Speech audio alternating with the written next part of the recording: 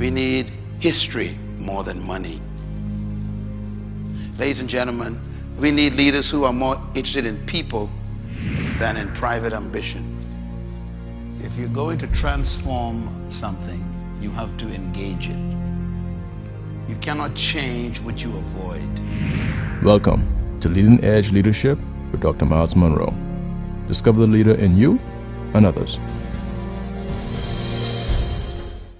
Hi everyone, this is Dr. Myles Munroe, and welcome to a special series of sessions on leadership called Leading Edge Leadership with Dr. Myles Munroe. On this program, we'll be focusing on discovering the leader within you and in others. I believe that you were born to be a leader, but most people will die as followers, and that's because they've never been challenged to tap into the hidden leader trapped within them. I believe that every follower has a leader on the inside. And our environment, our culture, and of course our conventional thinking does not allow the leader to emerge. I want to remind you that you were born to be something important in the world. So 3 things you must remember. Number 1, Jesus Christ and God Himself created you to be a leader in your generation. 2, you were not born to be a leader over people, but over a gift. And number 3, that you were born to make a difference and not just to make a living. This program will help you discover the truth about yourself and the truth about your gifts, and how important it is for you to discover that you were born to make an impact in the world. So as we begin this journey, I trust that you will sit back, get a notebook, a notepad, and listen carefully to every single session as we study leadership together and discover the leadership trap within you. So join us again now, right here on Leading Edge Leadership, as we enter the session to study leadership. I want to talk to you about the 12 principles of leadership. I'm going to give you them very quickly, and then for the next few sessions that I have, I'm going to deal with them personally. So write this down, please. Everyone take notes. You want to focus for the next few minutes on the 12 principles for developing your personal leadership. What did I say? 12 principles for developing personal leadership. I want you to focus on the word principles for a minute, because the word principle actually is important. A principle is a law. It's a law. And it's a law that affects function. Principles are not facts. Facts change. You don't want to live your life by facts or according to the facts of life. Don't do that. Facts are unpredictable. They always change. Principles are constant. These are laws, sometimes we call them precepts, that are created or inherent in creation, or that are built into life, that if you follow them, you will guarantee success. So the facts don't do that. Principles guarantee success. So I'm going to teach you principles of developing yourself into a leader. Now, a principle means that it's a law, which means that it works everywhere, it works for anyone, and it works anytime, in every situation. That's the power of a principle. A principle has no respect for anybody. You got to respect the principles. So if you learn principles, you become wiser than people who know facts. Plus, principles give you the power to always know what to do. They simplify life. So principles are critical. So what I'm going to share with you then is these 12 principles that I have discovered, learned, applied, and also researched in the lives of people who were effective in influencing the world. I live by them myself, and that's probably why my influence is becoming broader daily. These principles work for anyone and everyone, which means that really anyone can become a leader. I know this sounds almost impossible, but God's plan was never for anyone to be a follower. We became followers because we lost our leadership spirit when we declared independence from the source of leadership, which is God Himself. And we are therefore victims of our context and our cultures. And my hope is that I can set you free from your culture, which I was a part of myself. I mean, I was a prisoner of the culture in which I was born, and that culture does not develop leaders. That culture encourages servitude. And I think all of you in this room are suffering from that culture, and those watching this television program, all of us, because we are born in a culture that does not believe in us. And that's a fact. The culture we were born into are designed to make you an employee, to make you dependent, and to guarantee that all you will ever have in life is a job. That's the culture we are in. All of our systems and education and our training and even our upbringing is designed to maintain that environment, that you behave yourself. As a matter of fact, one of the common statements I heard growing up was this: know your place. Now, that's a serious statement, but what that really means is there are some boundaries you ain't supposed to cross. There's some areas you ain't supposed to leave. There are some restrictions you're supposed to live with for the rest of your life, and you are a victim of what we say you can and cannot do. This is the environment we were born into. This is debilitating, it is oppressive, and we even have accepted it as life, which to me is tragic, because we have surrendered to what I call the context. This is my lot, we say. This is what I have to deal with. This is what I have to put up with. And so we end up surrendering to the culture, and the culture is designed to bury us before we die. Most of us are actually already buried. We're buried in a culture that has completely devalued us. Now, what I'm hoping to do is to set you free from that culture, which really created your mentality. And of course, your mentality becomes your own prison. And what I try to do is to break into your mentality and change your ideas. You are simply the manifestation of your own ideas. That's what you are. And until you change your ideas, you will never change your life.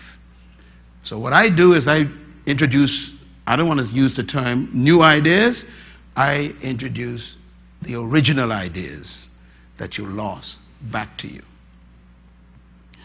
I want to begin this segment then talking a little bit about leadership motive, because this is the context we're dealing with. First of all, write this down. True leadership must lead to change, and that change translates into social betterment. Anyone who says that they are a leader must focus on changing their environment, their context. You cannot be a leader and everything remains the same. If you claim to be a leader and nothing is changing around you, or you are not changing anything, you are simply a manager, not a leader. That leads to point number 2. True leadership should not and must not support any vision or process that perpetuates or gives continuance to social injustice. A leader will never imprison people and oppress people. Leaders set people free. True leaders deliver people from the inhibitors of life. They help people discover that there is no limit to what they can do or become. Any leader that does not introduce that kind of life to you is not a leader, that's a dictator. That leads to point number 3. True leadership is always committed to the essence of life. In other words, a leader believes in the noble values of life. They believe you should rise to the higher calling on behalf of other people. They never destroy people. They heal people. They never oppress people. They release people. If you want to become a leader, you have to become a servant of humanity. If you claim that you want to be a leader in your generation, you're going to have to find a vision and a cause that improves other people's lives, not your bottom line or your pocketbook. So most of the people that we call leaders, we need to measure them against these three principles. These are principles. The first one, leaders are interested in the betterment of other people. Number two, they are against injustice. And number three, they always work on the behalf of humans. They help humans grow, expand, achieve greatness. This is the spirit of true leadership. Now, I want to give you what I call the 7 lessons of leadership. And I mentioned these in our last session. I want to just reiterate them. Those who are going to lead in the future are going to have these 7 attitudes. Number one, they must understand that leaders don't wait. And this is an important statement. A leader doesn't wait for things to happen. They make things happen. Leaders don't wait for someone else to do something. They decide to do it themselves. Leaders don't pray for change. Leaders initiate change. So you can always tell a leader, when a leader is present, they act on things. They don't wait for instructions. They literally instruct. And the first person they instruct is themselves. Someone has to do something about this. That's how leaders talk. Someone has to change this. You know, when you think of people like Mr. Nelson Mandela, who was born in a country that was under apartheid for over 70 years. I mean, there were many black leaders who complained about that, but nobody decided something has to be done. Mr. Nelson Mandela, who was a lawyer, who had a good job and a good practice, decided, I'm going to surrender my private ambition for the sake of the other people. And I'm going to do something about this. He did not wait.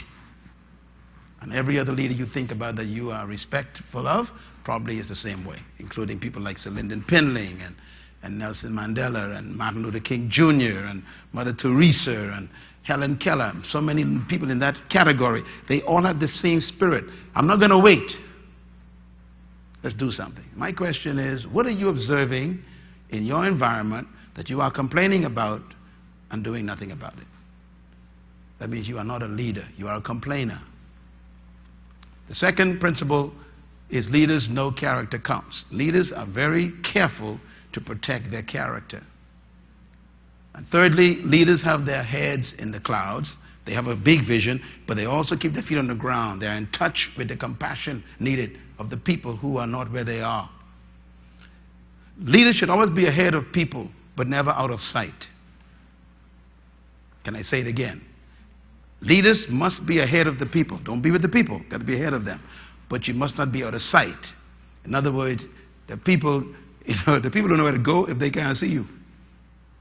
So you're supposed to be with your head in the clouds with a massive vision, a big dream, all these great ideas, but don't let your feet leave the ground because some people ain't in the clouds. So they are in touch with the infirmities of the people. They come back and teach and train and motivate and help those people. Thirdly, leaders must be aware of their shared values. Their values are important. They believe that the things they value, the people should value. And they share their values. Number 5, leaders know you cannot do it alone. Leaders are very driven, but they like people in the back seat with them. They know they can't go alone. They always know that they need a team. They need people. They need a group. Leaders do not achieve anything alone.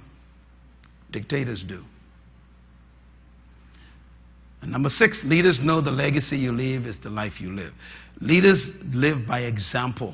They don't live by instructions. Leaders live by living what they say, manifesting what they say.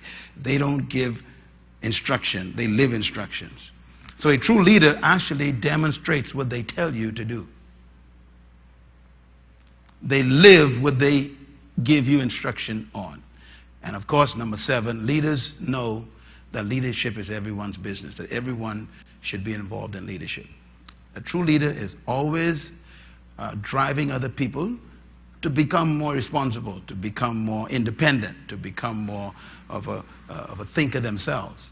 So leaders always want people to become leaders. Again, those who are not leaders want to make sure you never join their category. They try to keep you out of their space. They think the space is only for them. And these are not leaders. These are parasites with titles, of course. All right, that leads me then to the next point. I want to give you an example about qualifications. And there's a reason why I want you to see this. You just can't decide I'm going to be a leader. You have to be trained and also have to have some qualifications. And I want to make a reference to the first century leader whose name was Paul. Paul was trained highly by the University of Gamaliel. He was one of the top students from that school. So Paul was very well educated. And Paul was also a Roman citizen, even though he was a Jew. So he was exposed to a lot of the leadership environment of the pagan world. And Paul began to train leaders to take positions in churches that he built all over Asia Minor. And Paul began to appoint people to take leadership positions, but he knew that they had to be trained. And he laid out in this statement, in his letter to one of his young leaders, whose name is Timothy, Paul says, if you're going to appoint people, here's some qualifications they should have. I want you to read them with me in the book of Timothy. 1 Timothy chapter 3. Paul says, if anyone sets his heart on being an overseer, overseer there means manager or leader, okay? It's not a religious term. If he desires that, he says, that's a what? A noble task. In other words, if you decide that you want to be a leader, Paul says that's a good decision. You know, I've heard so many people, especially religious people, you know, I don't really want to be, I don't want to be up front, I just want to sit back. What are you telling me? Paul says, look, desire to be a person of influence. And if you do it, that's a good thing. Paul had the same problems 2,000 years ago than we have today. People who just like to attend church. They don't want to get involved in nothing. They don't want to be responsible for nothing. They don't want to make any difference, any changes in life. They just want to kind of just come and warm a pew and then go back home and watch TV. Paul says you should have a desire to be a leader, one who oversees something. And then he says that if you desire that, that's a good thing. But now he cautions us. He says there are some qualifications. Let's read them. He says, now the overseer must be above what? Reproach. We ain't going to deal with these in detail tonight because it's too heavy stuff. But I just want to list his qualifications. They must be above what? Reproach. Secondly, the husband of but one wife. Notice Paul didn't even get to power and authority and stuff first. He's dealing with something different first. He's dealing with personal lifestyle. He's dealing with private issues. Because you lead out of your life, not out of your position. Can I say it again? Write it down. You don't lead out of your position. You lead out of your life. And your life could destroy the position. Your life is more important than the position. How many people you know have high position, but their lifestyle destroyed it? So Paul said, before you desire a position, let's deal with you first. Be above reproach, husband of one wife, temperate. Don't let that word slip by. Temperate. Temperate means you don't get angry quickly. Let me tell you why Paul said that. When you are in leadership, the people will test you every day, all day, every minute of the day. Matter of fact, Moses lost his leadership through the word temperate. That's how he lost his leadership. Moses lost it. He never went to the promised land because of that word. Temperate. You remember Moses? Why did Moses lose his leadership? He became angry at the people. Now, you've been with people for 40 years. You're supposed to be used to their foolishness. But I think Moses he didn't eat well that morning or whatever. Maybe his wife didn't do him well. I don't know. But the guy was off. And the Bible says when the people started complaining and they were crying out to him for water, Moses cursed, the Bible says, and he struck the rock instead of speaking to it. God told Moses to speak to the rock and the water will come out. And Moses said, these stiff-necked people, I can't say other words he said because I don't know what he said, but the Bible says he cursed. Okay? In other words, you all be amazed how many times you tempt a pastor to curse. Not me now, of course, I'm a holy man, but You'll be amazed the things that people do that irritates a leader. And Paul says you got to be what? Temperate, self-control. See the next word? Self-control. Right next to it. Self-control. Control yourself. People will disappoint you. They will abuse you. They will gossip about you. They'll criticize. Some of the folks who were nearest to you will go back and talk about you at the dinner table and take you apart. The Bible says just ignore that. Be temperate. Be cool. Some of you have been coming to this place for 30 years. You never saw me angry. Never angry. Why? I was the most short of patience person in my family. My mother used to actually warn me. Your temper is going to get you in prison, she says.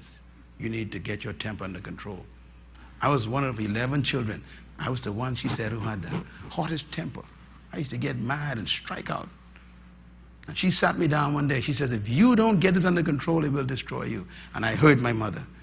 I must have been about 11 years old when she told me that. She said, son, you need to get your temper under control. See the word temper? Right there, temper, temper. She says, you cannot live like this. You cannot get angry at everything. So I'm very cool. And that has saved me a lot of my lifetime. Just be cool. Because people will always test your peace. Paul says, be respectable. He's talking about leadership qualifications now. Be what? Respectable. That means make people respect you. One of these days I'm going to teach you on respect, because some of you don't know what makes a person respect you. I'll give you one hint. Respect comes from consistency of conscience. That's a deep word. Write it down, man. When a person doesn't change their convictions, you got to respect them. Even if you disagree with them, you got to respect the fact that they are stable and steady and they believe in their convictions. That's what you respect. You can't respect people who keep compromising and changing their minds and agreeing one day and then disagreeing the next day and then agreeing again. These people are not worthy of respect. To be respectful means I have convictions, standards, values I will never sacrifice. Some people don't like me, that's fine, but they got to respect Myles Munroe. Because, you know, the greatest thing people say to me, someone said to me on Sunday, they said, Pastor Myles, I went on YouTube. They might be here and I don't know what it was. And they said, I listened to a tape from you from 1994. And you are still saying the same thing today, they said. They said, that's one thing I like with you. You are consistent. How many leaders in the world today have changed their minds? Can't trust them. Consistency of conscience. Then he says, what's the next one? Hospitable. Hospitable means, you know, be nice to people, smile with people, take time to be with people, hug people, bless people, listen to people, talk to people, don't walk past people, don't pout your motor off. Hospitable. You'll be amazed how many people avoid you because you are so unhospitable. Some of you all think I'm the nicest guy in the world. I always got something good to say to you. You see me anywhere? Hey, hi. Why? A leader got to be hospitable to even his enemies. Because enemies are simply temporary. They're always temporary. Hospitable means I am willing to be always open to you, to serve you. Hospitality. And it might be giving you a smile, or giving you a cup of water, or giving you my time, or even my air. Hospitality. Then he says they must be able to what? Teach. This is important. He said you can't be a leader unless you are able to effectively communicate your ideas. And that comes through what? Training, practice, reading, studying, preparation, content.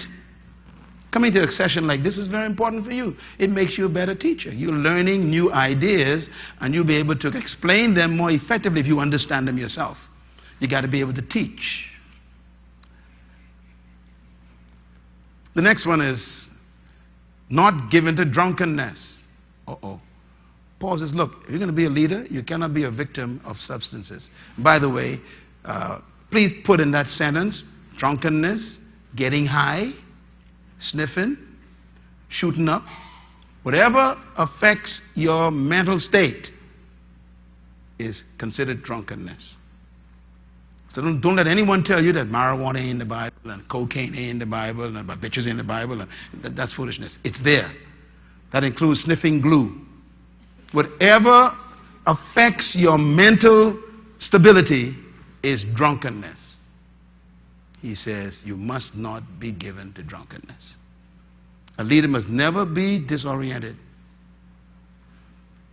Why? Because people are depending on your decisions. I never forget reading in the book, the 24th chapter of Proverbs, it says, a king should never drink wine when it moveth in the cup. Let me tell you what he means by that. It means fermentation. There are two types of wine, see? The fresh grape juice and then the kind that is fermented. Solomon is the king. Solomon says a king should not drink wine when it moveth in the cup. It's fermenting. He says, lest he clouds his judgment and destroy the people. You know, politicians who are alcoholics, they're dangerous. Because they're making decisions for you behind closed doors, and they could be affected mentally by the substance that they are being influenced by. So leaders must not be controlled by any substance. Very important. Then the next one is what? Not violent, but gentle. Lashing out at people. You know, some people you're afraid to talk to because they always seem to be angry, or they seem like they're irritated by anger. You normally avoid those people. The Bible says if you're going to be a leader, you got to be very gentle, you know, open, kind. And some folks got not nice things to say about you, you know, or to you. You got to still be nonviolent. I think Nelson Mandela and Martin Luther King Jr. showed this beauty of nonviolence. They were gentle. Next one is what? Not given to quarrelsome. Oh boy, that sounds like a Bahamian name. Not quarrelsome. You cannot be a leader if you're always creating arguments, picking fights, quarreling over little things that are not important. Sometimes it's just easier to just be quiet and let the people do what they do and maintain your integrity. You don't get involved in quarrels. Yeah. The next one is what? Not a lover of money. Why Paul put it on the list? Because he had that problem. There are people who go into positions to secure themselves, not to secure the people.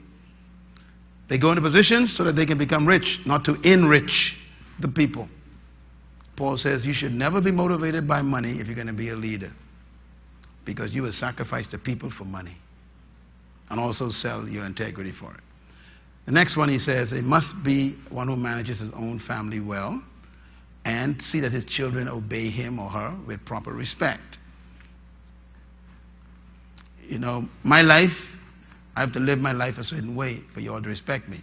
So my son and daughter, they are my greatest test of my leadership. And you all know my children. And both of them respect me, and they work with me now, and they are helping me do what I do. I didn't ask them to come and join me. They decided that themselves. This is a part of qualifications for leadership. Now, there are sometimes your children, they don't behave properly. What you got to always remember in your mind is that you did your best with them. You can't make children do certain things. You can't force them. When they have become adults, they got to make their own decisions. But you need to know that I did my best, and also I was the example that they needed. If you were good examples to your kids, then they are responsible for their decisions after they are adults. And you must be able to know that publicly and say that publicly. You know, that's my son, and that's not what I taught him. So, they have to respect you, is the point that's important here. It didn't say they got to love you, you know. Read it. Your kids don't have to love you, but they got to respect you. They would say, boy, you know, I ain't quite into what my daddy doing, but boy, I got to respect him. He into that. He believe in God. You know, so the kid got to respect you. Very important. Then he says that his children must obey him. Now notice the difference between, children and adults. Adults don't obey, but children are supposed to obey. So when they're small, they should obey you. If you're going to be a leader, you got to instill in your children a respect for authority, and you are their first authority. And you must instill that in them. Okay. Anyhow, I want to end this by saying, if anyone does not know how to manage his own home, family well, how can he take care of God's church? Paul is comparing that. He must not be a recent convert. It's important. That's a whole new teaching. And he may become conceited and fall under judgment like the devil did. Now remember how Satan fell. He was one of God's top cherubims. And his position went to his head. He was used to that, couldn't handle that kind of power. And he began to think that he and God was company. You know, they keep company with each other. And God said, well, excuse me, I created you. You're not in my class. Okay? And of course, it went to his head. And that happens to some people, you know. If you give them positions too early, they claim they can handle it, they can't handle it. And sometimes people wonder why, even in this church, we pastor, where we don't put people in position for a long time. It's because we be testing things. Your talent doesn't qualify you for leadership. Your gifts don't qualify you for leadership. You got to be what? Tested. Matter of fact, it says in the next statement, he must also have a good reputation with people outside. How are you going to know your reputation if I don't give you time to find out what people are saying about you? You know, and sometimes people move around, you know, they move around. People come in, they move around. And you move around too fast, I get nervous. You know, you're in that church, and then that church, the next church, that church, and all of a sudden this church, and all of a sudden you want to do something. I'm like, excuse me, sit down. Yeah, but you don't know how talented I am. Excuse me. Sit down. I got experience. I've been to 5 different churches. That's why you're sitting down, because you've been to 5, and I want to know why you left. See, the problem is a plant can't grow if you keep rooting it up.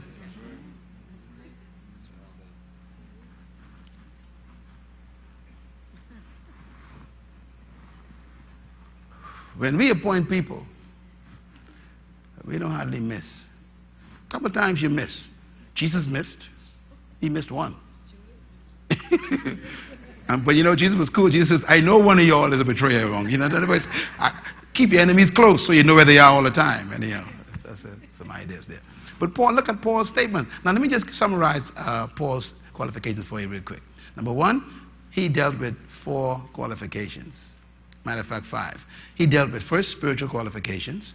Secondly, intellectual qualifications. Thirdly, physical qualifications, taking care of your body. And then number 4, emotional qualifications, not becoming angry and bitter and violent. And then relational qualifications. You must be in relationship with your family and your spouse or your children or your parents or whatever. He dealt with 5 qualification areas.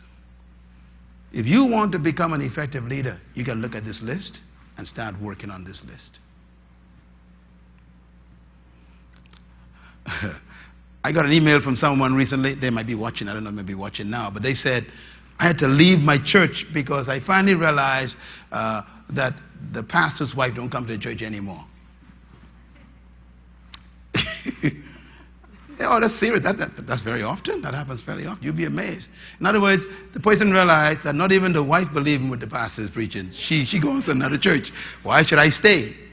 Paul says that that person is disqualified.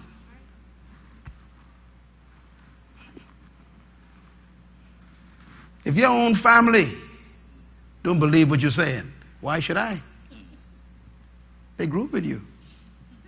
You know, you don't know what a blessing it is for me in this organization, in this ministry, to have my father, all my sisters and my brothers who have come under this ministry and have been served here for years. You know, that means so much to me. I am their younger brother. They believe what I'm saying. Because they know my life, they see my life, and who knows you better than your own siblings? They know my standards, they know my quality of life, they know my habits, they grew up with me. I qualify relationally. Do I qualify emotionally? I told you I don't get mad at y'all. Do I qualify physically? Look at this guy, man. You know, hey, I'll be 60 next year. I know you don't believe that. No sickness, no disease, ain't been in hospital for 32 years. This is physical health. Why? I don't drink, don't smoke, don't take no drugs, I don't sniff nothing. I eat healthy. I drink water. I drink, good juices. I take vitamins. Why? Because my body must be healthy. Physical. I can't be drunk. Leadership requires this. If you're going to be a leader, you're going to have to qualify in these 5 areas. Intellectually, well, you could probably tell that I am always a student. I'm always learning. And spiritually, my life is wrapped up in my prayer life with God. This is leadership. And Paul says that person is capable of overseeing anything. And that could be a person or a country. Now, 10 leadership essentials. Number 1, you must believe that you are designed to lead. Number 2, matter of fact, these are the 12. Number 2, you must discover yourself. These are the 12 leadership principles. Number 3, you must capture your vision. I'm just giving you statements right now. Each one of these is a whole session I will teach, okay? Number 4, you must share your inspiration if you're going to become a leader. Number 5, you must commit to principles and values that you will never violate. In other words, you set standards that you will never sacrifice. And number 6, you must express your passion to people. Talk about what you are passionate about. Publicly tell people what you want to do, what you want to see change. You got to talk about it. Don't keep your passion silent.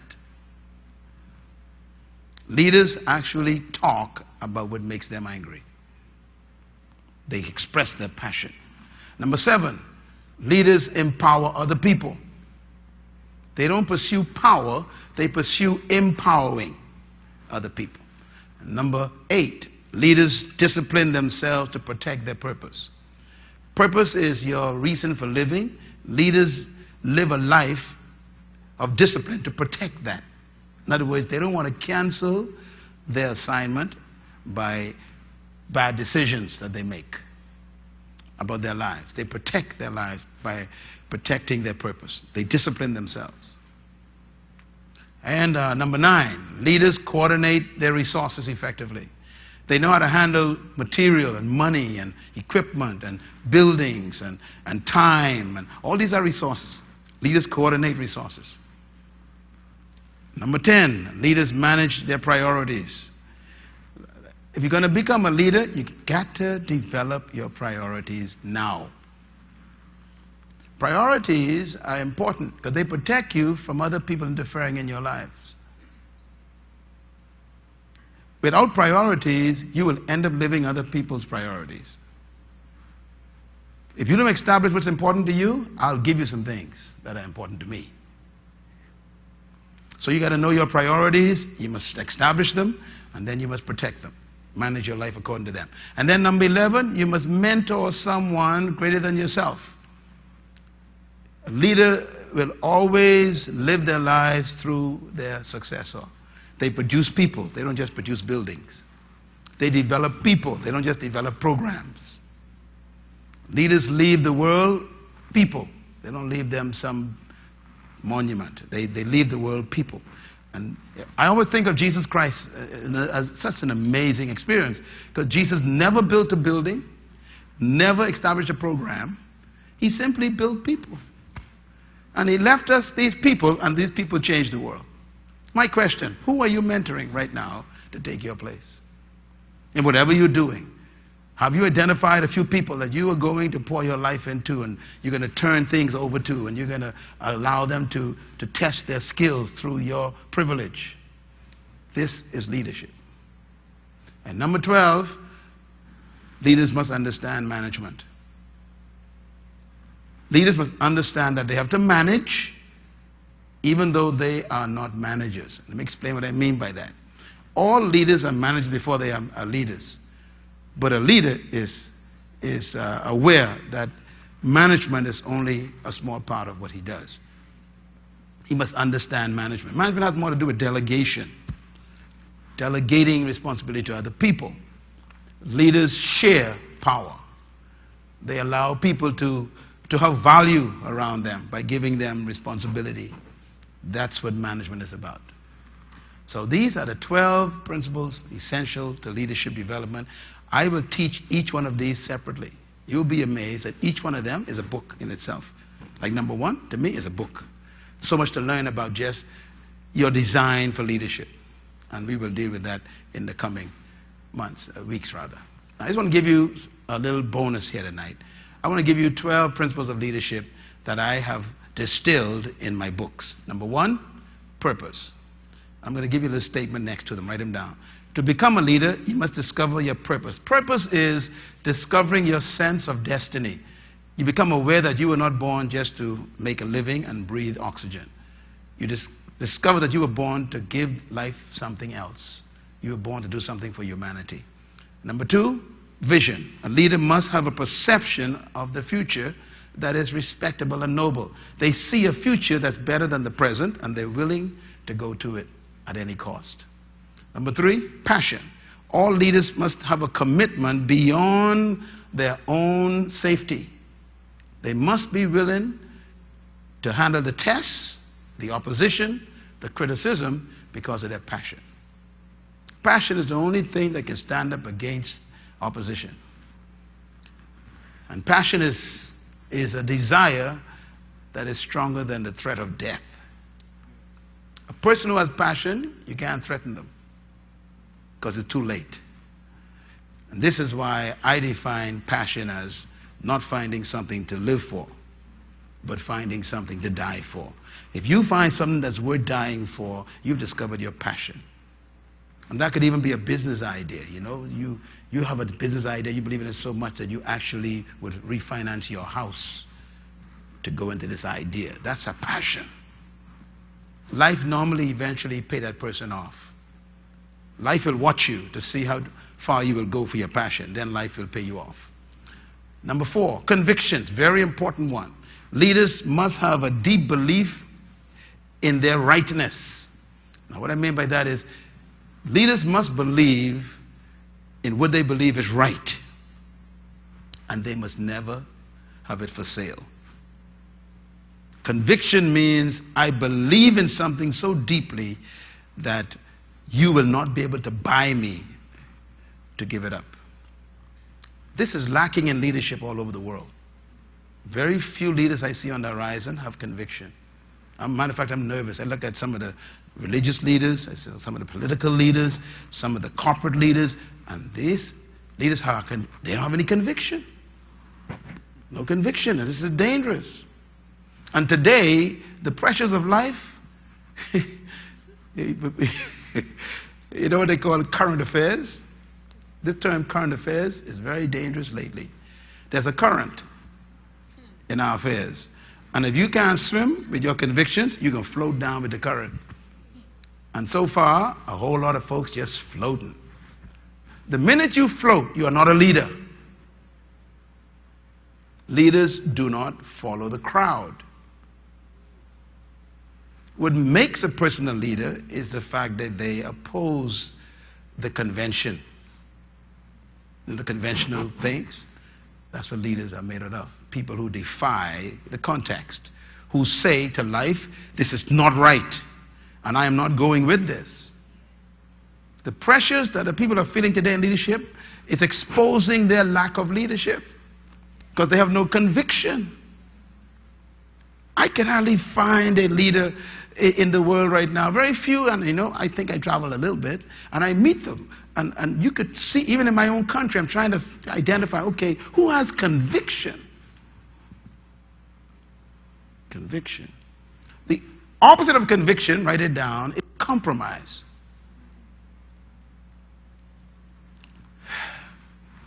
You know, I believe that compromise was created for things that are not important. But for things that are important in life, whatever you consider to be important, there's no compromise. This is why people go to jail like Nelson Mandela. His conviction was so strong that he was right. He decided, I'm going to prison for 24 years for this one. Where are these leaders lately? In other words, leaders don't look for approval or even to be liked. They want to be right. And I'm going to tell you something about life. If you are always on the right side, life will always keep you alive, even after you die. Your convictions actually help you live forever. Think about the leaders who died, like Mahatma Gandhi. His convictions about the oppression of Indians by the colonial powers of Britain was so deep. He said, I'm going to starve myself to death in prison. And he refused to eat. He was skin and bones when they delivered him. And they actually dismantled colonialism in India, the largest country in the world at that time, because of a skinny little man who was stick and bones, who decided, I have a deep conviction. If my people are not free, I'm not eating another morsel of food, and I'm going to die on your hands, and the world will know that you killed me. What a conviction. Are there any politicians around like that? Or are we just making deals under tables, or deals in conference rooms, or deals in boardrooms? Are we just making deals? What about conviction? You young people here tonight, please, find something worth dying for, please. Me, I've been criticized all my life in the Bahamas. Criticism actually qualifies you for respect. Criticism is normally when people don't like the fact that you have too much deep convictions. People want you to go with them, and when you refuse to go with them, then they become very uncomfortable with you and sometimes lash out at you. But your convictions are your deep belief in what is right. Leaders, secondly, number 5, have compassion. Compassion is love for the dignity of humans. All leaders have a deep love for humanity. If you study again, just call the names I called. These people gave themselves for people. They were willing to sacrifice for the dignity of other humans. That's compassion. That's what Jesus did on the cross for humanity. He laid his life down, not for himself. He had compassion on humanity. And he decided, I'm going to set them free if it kills me. And it killed him. Of course, he rose again to check, make sure it happened. Number 6, leaders must live by principles. And this will be the focus of our event coming up in November. The principles are the standards that you decide to live by, to function by. Certain things you will not violate. I will not steal. I will not bear false witness. I will not take deals on the table. I will not lie. I will not commit adultery with other people's property. I will not steal. I will not take what they call it, kickbacks. I will not pad invoices. I will not over invoice a project. In other words, these people have standards. A leader has standards. Where are the leaders? Number 7, leaders have values. Values are what we call codes of ethics. The ethical,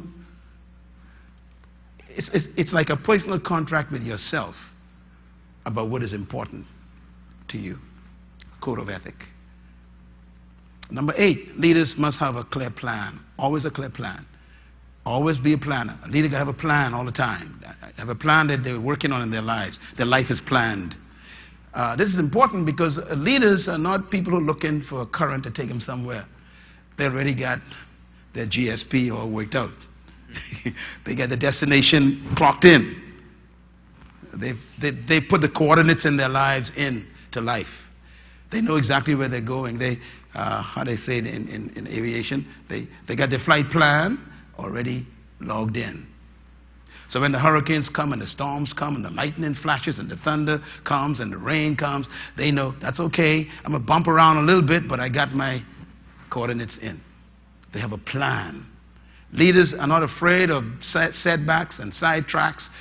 All they know is that they have a main track. They're going to stay on track. They may even fall and get up, but they're going to get back on track. Leaders have a one-track mind. Yes? Number 9, persistence. Big one. Leaders are committed to success. That word commitment is important here. Persistence is insisting on what you desire. Persistence means I insist on getting what I dream. I insist on it, which means that life gonna have to let this go. Life could hold this as long as it wants. I'm going to get this. Persistence means bearing up under pressure. It is the foundation of courage. It is the very thing that gives the leader stickability. Persistence means that I believe in the future so much that the present have to let me go. This is persistence. And by the way, those who are watching me online, you can put that quote right there and send it out. Persistence is when you tell the present, the future is more important than you. I'm going there. That's what leaders are. Leaders don't live in the present. They live in the future. Their body's in the present. They believe in the hope more than they believe in the environment that they are in. Leaders have this powerful persistence. And number 10 is dedication. I'm going to write a book on this one someday, but the dedication is so important. I discovered that dedication is more important than loyalty, faithfulness, and commitment. And someday I'll explain that. But dedication is the highest form of relationship. Dedication. You can be loyal and not be dedicated. I could be loyal to you for the wrong reason. That's what I'm saying.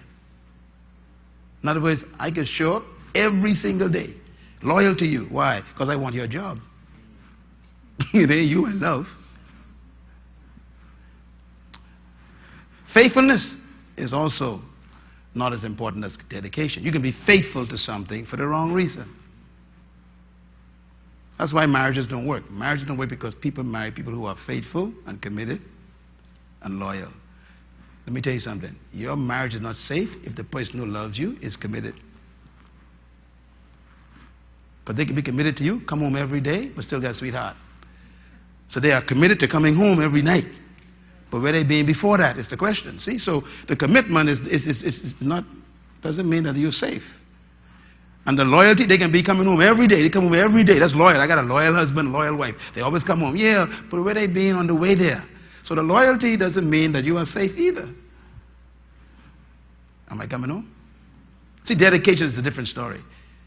Dedication means I live on you. I exist on you. If you fail, I fail. If you survive, I survive. I live for you only as dedication. Leaders must be dedicated to the task. You know, there's some folks who are loyal to you until pressure comes. Come on, talk to me, leaders. They with you. Yeah, I'm with you, brother. How many people left Martin Luther King when them dogs and them hoses showed up? They gone. This man crazy. A lot of people left them. Why? They weren't willing to be bitten with dogs and thrown into prison in Alabama. They said, look, we'll march with you, but we ain't going that far. So we're loyal and we're faithful and committed to a point. But the man who decided to go to jail with him, like Andrew Young, was dedicated. Dedication means if you go, I go. If they kill you, I am dead. That's what marriage should be built on.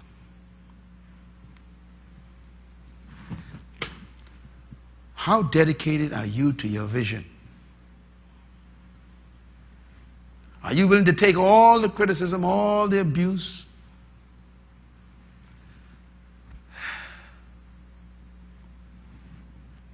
Leadership. What they say, take a licking, keep on ticking. That's what leaders do. They take a good licking, and then they get up and keep on ticking. That's what leadership is about. I hope this has been helpful for you tonight. And number 11, sacrifice. If you're going to be a successful leader, you're going to have to be willing to be a sacrifice. You must be willing to suffer for the cause of your vision, what you want to do. And finally, number 12, and this is an important one, a leader must be accountable. You're not authority unto yourself. You are accountable to someone else. Leaders are always submitted to a higher authority. First of all, it must be a person or persons on earth. Don't tell me you're submitted to God.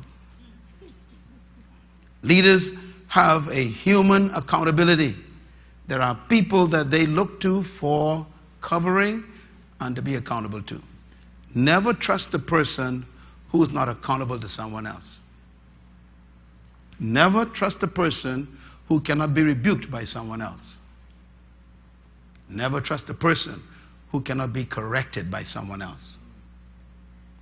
And I tell you, as you study the leaders in the world, the ones who fell are the ones who were not accountable.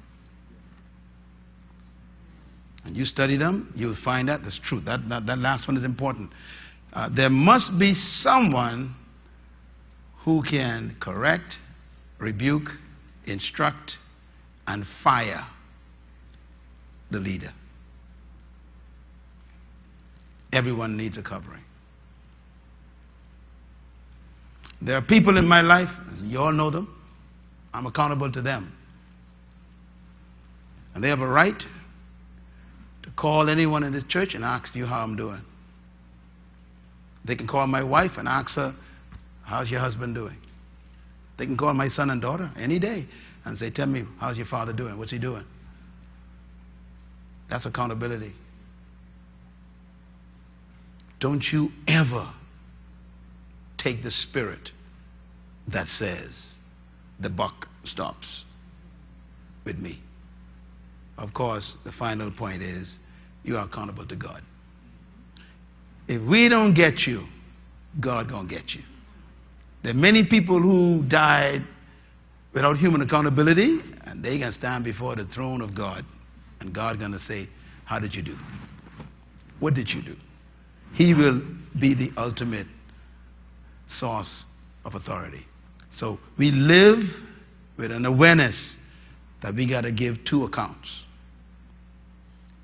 to the human authority and to the divine authority. And these will keep a leader humble and fearful. A leader without fear in his life or her life is a dangerous leader. Never trust a leader who is not afraid. The first qualification God gives in the Bible for leadership, the first qualification is they must fear God. And there's a reason why God said that. Because if you don't fear God, I'm in trouble. No conscience. That's why you could kill humans. You could abuse humans. You could oppress humans because you don't fear God. But if you fear God, you will always respect His image.